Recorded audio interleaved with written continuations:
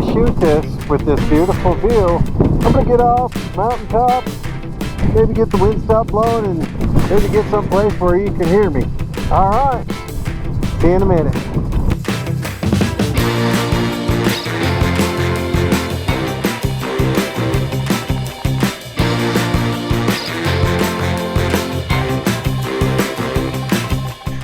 All right, we're down off the mountaintop, protected from the wind quite a bit, so now you can at least hear me.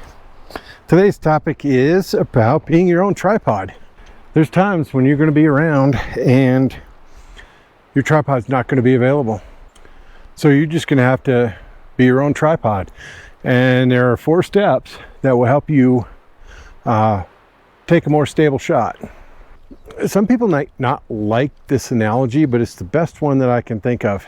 When you're trying to take the most stable photograph you can without a tripod, it's kind of like shooting a firearm accurately. You're just going to use good technique, and here's what I'm talking about. So I know a lot of this is basic, but we go over the basics in this channel. I mean, that's part of it. So this is the really basic stuff.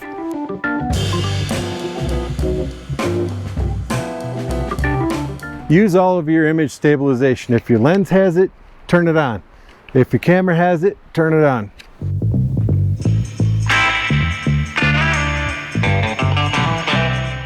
Hold your camera correctly. I mean, everybody knows this, but firm grip in your right hand. Okay, let me get that. There we go. Firm grip in your right hand. You know, your finger's ready to go, but everything else is tight.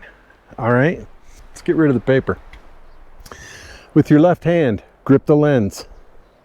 Okay, now this has a manual focus ring and it's a telephoto. So I'm going to grip the lens in such a way that I can make use of the rings. I'm going to use this finger for my focus and this grip for my telephoto. And last but not least, tuck your elbows in.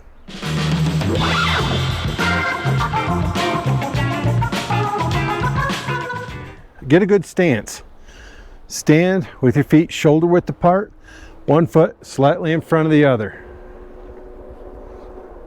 Bend your knees a little bit so that you have a better balance. If you can, brace yourself against an object. And if it pertains to the photograph or your particular photographic style, use a solid structure and put your camera right on that, and you'll be able to stabilize that a little bit as I wiggle around and move. But anyway,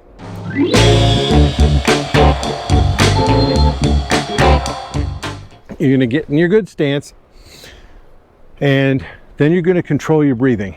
You're going to breathe in, breathe out. If you're breathing heavily right now, get to the point where you've slowed it down and you've got good control over your breathing, because every little thing is going to affect the shake in your camera. So once you get your breathing under control, you're going to inhale and then exhale slowly, and until you feel like you're ready to take that shot. You're going to inhale and get my focus there. There we go. You're going to inhale and then you're going to exhale slowly. Now, my preferred technique on this is to, while you're exhaling slowly, gently press down on the shutter button until it clicks, and then hold your finger there until the shutter actually closes.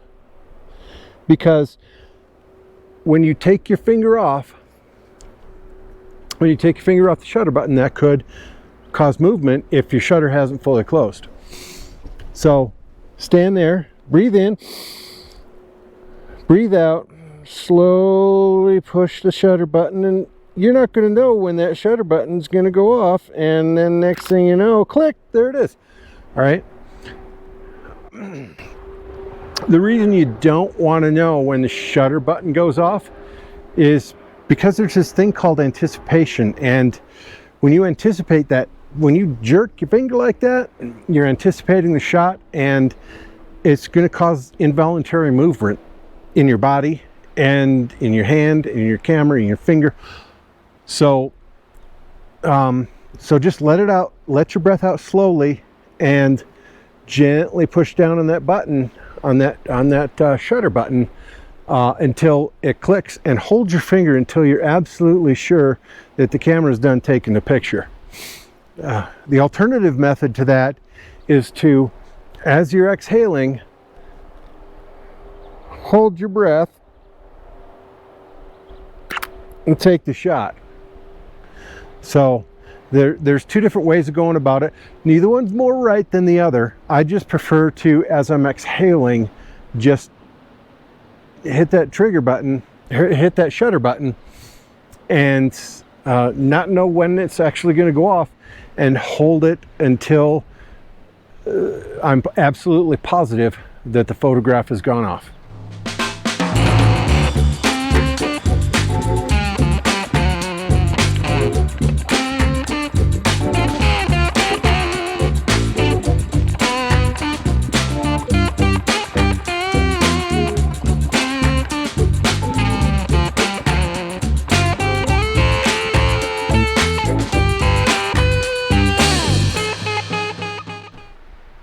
In addition to using good photographic technique, you can use some of these additional tips to improve your odds of getting a stable photograph.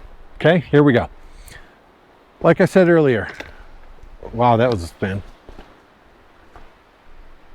Okay, here we go.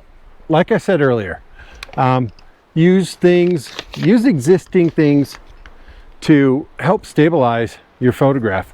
You've got this tree.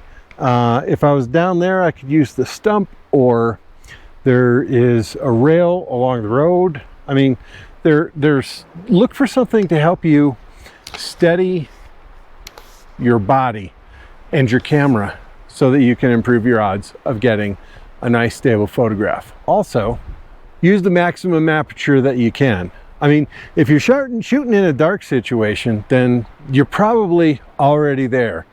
But if you're in a lighted situation, usually you can get your shutter speed down low enough to where you won't have to worry too much about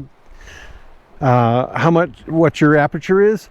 But just maximize your aperture so that you can improve your odds. And also, to maximize your aperture, use the widest focal length you can, because, for example, on this 24-200 lens, it goes as low as 2.8 on the aperture, but when I zoom out, and that's at 28 millimeters, but when I zoom out to 200, I think I'm stuck with 5.6. Let me look. Oh, yay! Well, winner, chicken dinner. I'm stuck at 5.6 aperture, and if I'm shooting in a dark situation, which I don't know why I'd be shooting at 200 millimeters in a dark situation, but anyway, just shorter focal lengths will allow you to open your aperture up further. Never forget this one, especially if you're using a good camera, but this works on any camera.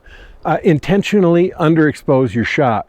Now, this is kind of where you need to know the properties of your camera and how it acts in dark situations, because if you underexpose, you might blow out your blacks, or you might underexpose your blacks, and then there will be no information in that photograph for those darkened areas. So know your camera, but once you do, underexpose your shot so that you can shorten your shutter speed.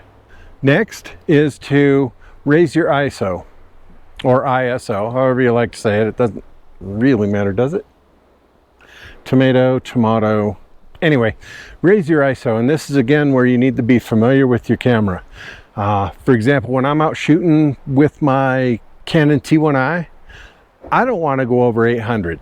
on my ISO, because then it gets really grainy, really hard to clean up in post. But with this thing, I've shot it at 3200 and gotten really crisp, non-grainy photos.